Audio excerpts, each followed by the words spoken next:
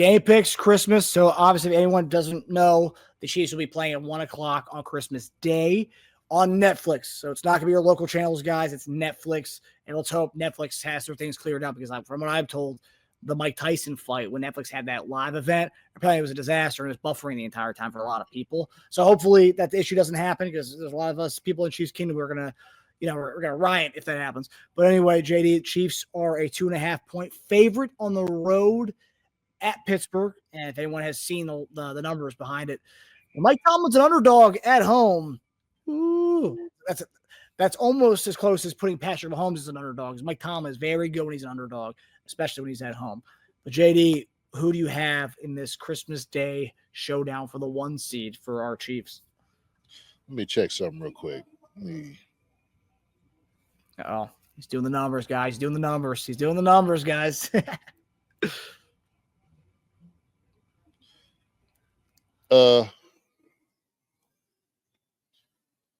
I got us 27-17. Oh, Chiefs. 10-point game. Mm-hmm. Wow. All right.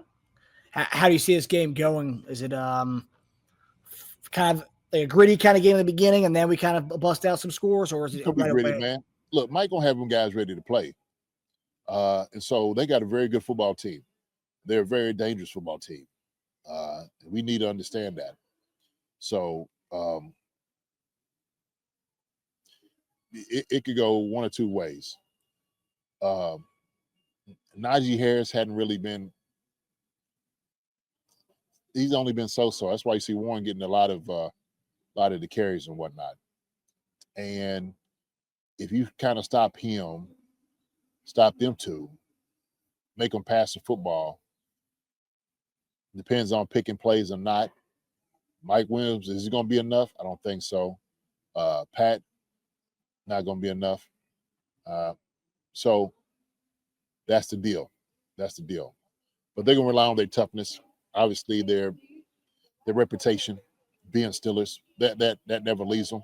When you get there, they're looking for a particular person in the DNA to do the things that they do. Guys, we're doing a promotion with Underdog. If you guys go to click on the link in the description. We're giving away up to $1,000 in bonus cash. You must deposit at least $1 for first-time users only. And these are our 5 picks that Tasia and I went with this week. So Jaylen Warren, over 61.5 rushing and receiving yards. Jaylen Warren has gotten over this number 6 of the last 7 games. Pat Freiermuth, this is an interesting one, over 29.5 receiving yards. And 14 of the 15 tight ends we face this year, 14 of the 15 have gotten over higher than 29.5 receiving yards. Russell Wilson, over 12.5 rushing yards. He's done this in 3 straight games. Xavier Worthy, over or higher than 43.5 receiving yards. He's done this himself 5 of the last 6 games. And then the Steelers have given up to the number 1 receivers in the other team over or higher than 43.5 receiving yards 6 of the last 7 games. And then finally, Harrison Butker, over or higher than 1.5 field goals. Looking at the last 7 games for the Steelers, 5 of the last 7 kickers have attempted 2 field goals against them. So 5 of the last 7 kickers have attempted 2+ field goals in games. Elevate above your heart, as they say. Who's that?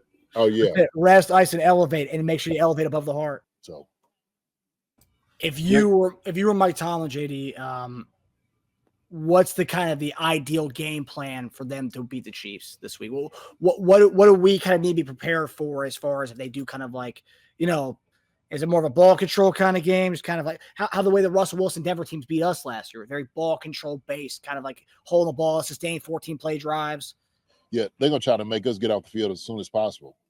As many 3-outs we can get and make sure we don't sustain drives, that's going to be the key.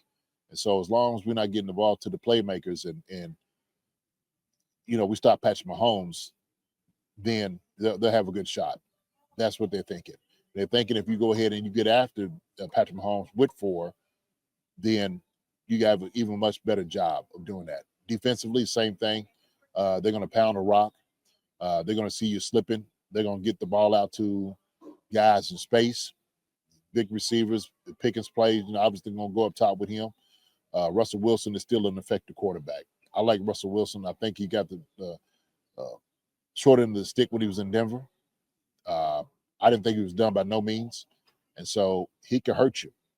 He still got that to him. So I think that's going to be an attack plan. As long as they keep it in somewhat of striking distance, that's what they're looking for. Do you worry more about Jalen Warren or Najee Harris in this game? Warren, yeah.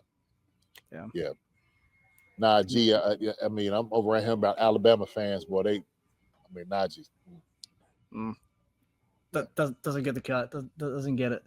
Yeah, because Jalen Warren's kind of a little bit of both. He can affect out of the passing game as well as the running game, and obviously we've seen we can't. Our RBs have been are kind of a kryptonite out of the backfield for us. Yeah, we'll see. The Browns Steelers have scored more than 19 points once in the past 6 weeks. Yeah. Oh yeah. Yeah, we'll see. We can't sleep with our offense. I mean, Russ has shown flashes of old Russ this year. So, hi everybody. Thanks for watching. Subscribe here to get the latest from the show. Also, be sure to check out the best clips from Chief Concerns. And if you prefer to listen to the show, subscribe and follow us on Apple Podcasts, Spotify, and anywhere else you get your podcasts.